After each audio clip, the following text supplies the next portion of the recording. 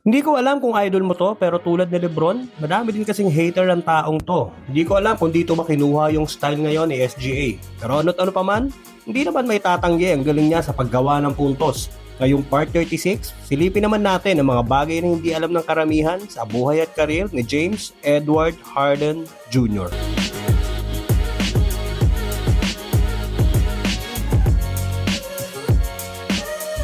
Si James Harden ay lumaki sa Compton, California. Yung lugar na yon, madalas mo yun madinig sa mga rap songs na puno ng gangs at gulo.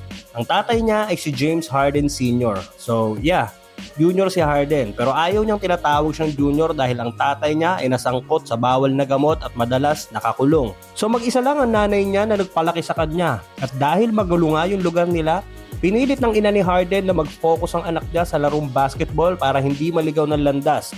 At sikat ngayon yung note ni Harden nung bata pa siya para sa nanay niya na may nakasulat na nagpapagising ng maaga at nangihingi ng konting pera. Nangako na magiging star siya pagdating ng araw. At fast forward, mukhang natupad niya naman yung sinabi niya. Naglaro si Harden sa Artesia High School at doon 3 taon sunod-sunod silang nag-champion at siya mismo yung naging star player.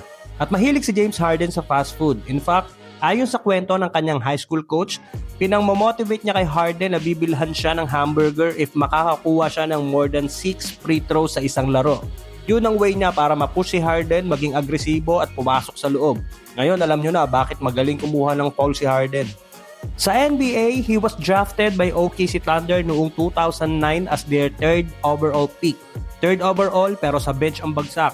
Dahil sa team, naabutan niya ang batang KD at Russell Westbrook. Pero kahit galing bangko, walang problema. Sobrang impactful niya. Kaya noong 2012, nakuha niya yung 6th Man of the Year award matapos mag-average ng halos 17 points kada laro.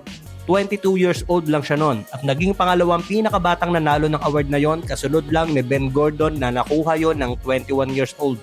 Noong 2012 din, si Harden ay eligible na for contract extension. Inofera naman siya ng OKC worth $54 million in 4 years. Hindi yata yon ang inaasahan ni Harden. Kasabay nito, binigyan lang siya ng management ng 1 oras para magdesisyon. Sobrang pressure nun. Nung hindi pumayag si Harden at nagdemand ng mas malaki, nasa 60 million ata yun kung di ako nagkakamali.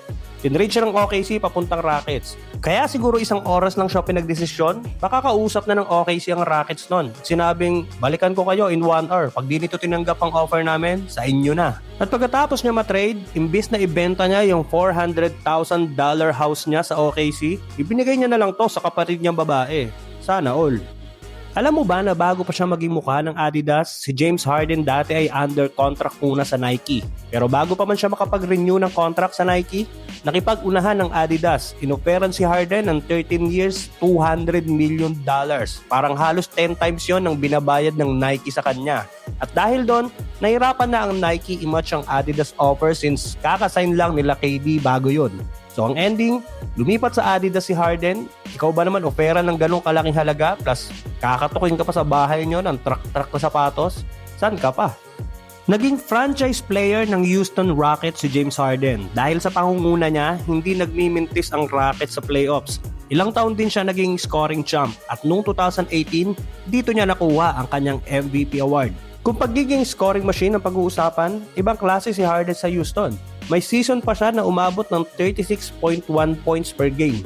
Para siyang cheat code sa opensa. Yung signature move niyang step back 3, halos hindi mapigilan kahit sino. Pero syempre, hindi rin mawawala yung bansag sa kanya na free throw merchant. Grabe kasi yung talent niya sa pag-draw ng foul. May mga taon sa Houston na umaabot siya ng 10 to 12 free throw attempts per game.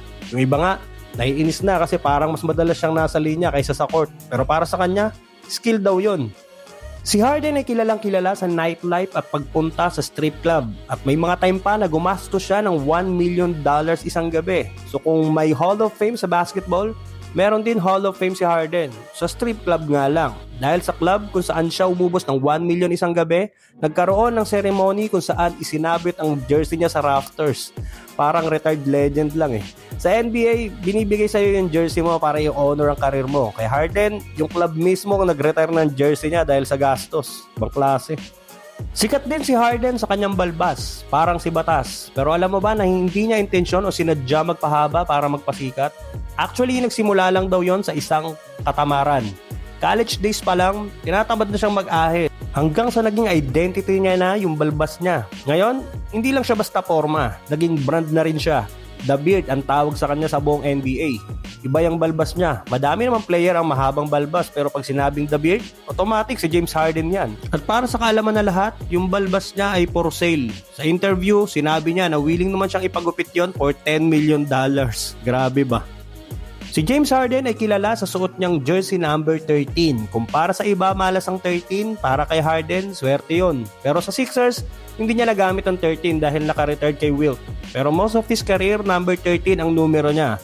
Pero hindi lang sa court umiikot ang kwento ng number niya. Ginawa rin niyang inspirasyon para sa kanyang James Harden Impact 13 Foundation. Isang foundation na tumutulong sa mga bata at sa community. Mula sa scholarships, basketball camps, hanggang sa feeding programs, ginamit niya yung success niya para ibalik sa tao. Kaya fan ka man niya o hater, hindi natin may tatanggi ang taglay niyang talento at galing sa court at puso na din para sa ibang tao bilang paglingon sa kanyang pinanggalingan. Paki-like ng ating video kung nagustuhan mo at paki-follow or subscribe na din ng ating channel para sa susunod pang NBA Kwentuhan. Under 2 to play. Harden step back, puts up the three, got hit, shot's good, and one. James Harden double team and a chance for a 4-point play. He just looked at the crowd and said, wow.